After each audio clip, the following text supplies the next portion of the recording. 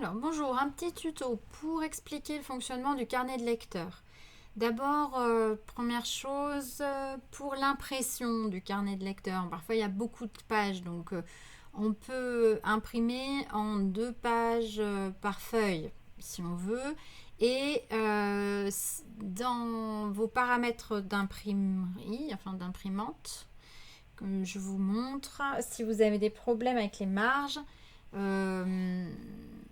vérifiez que vous avez sélectionné dans les paramètres ajustés à la zone imprimable. Ça vous évitera des déboires d'impression et ça vous permettra peut-être de faire des économies d'impression si vous imprimez en 2 pages par feuille. Notamment, je pense que voilà, c'est quand même des grandes feuilles avec beaucoup de choses écrites. Alors, donc, qu'est-ce que je peux vous dire? Oui. Ici, première chose à expliquer, j'ai mis pour certains niveaux des livres qu'on peut écouter.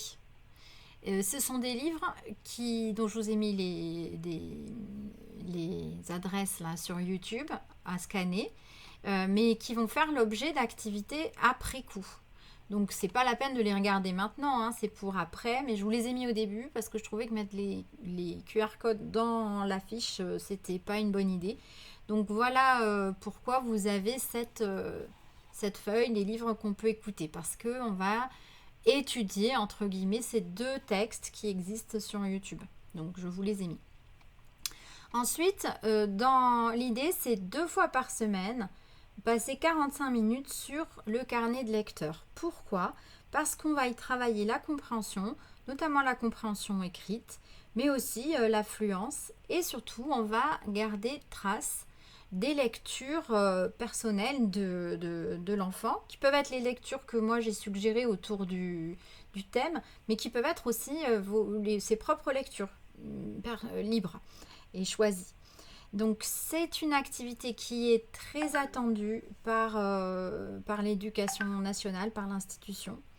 Donc et qui est en même temps très sympa. Donc du coup je me suis dit qu'on allait faire ça cette année. Donc j'ai proposé différentes activités. Par semaine, ce que je vous disais, c'est que je propose, je détaille quelques activités dans le carnet, dans l'agenda. Mais vous allez à votre rythme. Il y a peut-être des enfants qui vont vouloir aller plus vite. Il y a peut-être des fois où ça sera trop long, une activité. Donc il faudra la faire durer sur 2 séances. Et du coup, voilà, par exemple, typiquement, pourquoi lit-on? Voici les images à découper, à coller, à légender. Vous avez différentes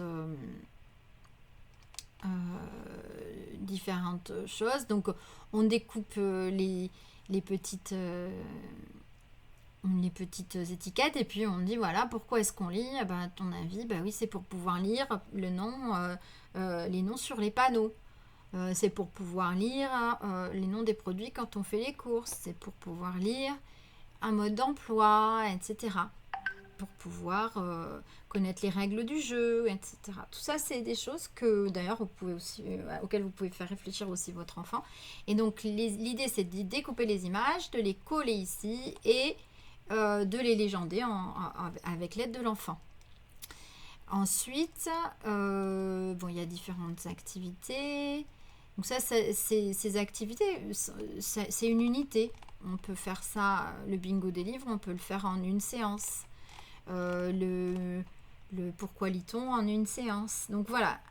Et après, on va arriver sur... Voilà, ça c'est une activité sur Tu lis où de Géraldine Collet, qui est un livre qui est sur YouTube. Donc je vous ai mis le QR code au début. Donc on fait l'activité proposée, ça dure une fois. On peut faire un travail sur le livre préféré. Ici, pour lire et dessiner les mots, on n'est pas obligé de faire tous les mots en une séance, c'est un peu trop. Ici, c'est une fiche pour garder la trace d'une lecture. Donc si on n'a pas fait de lecture libre, on en profite, on prend une lecture et on fera la fiche après. Voilà comment on utilise le carnet de lecteur.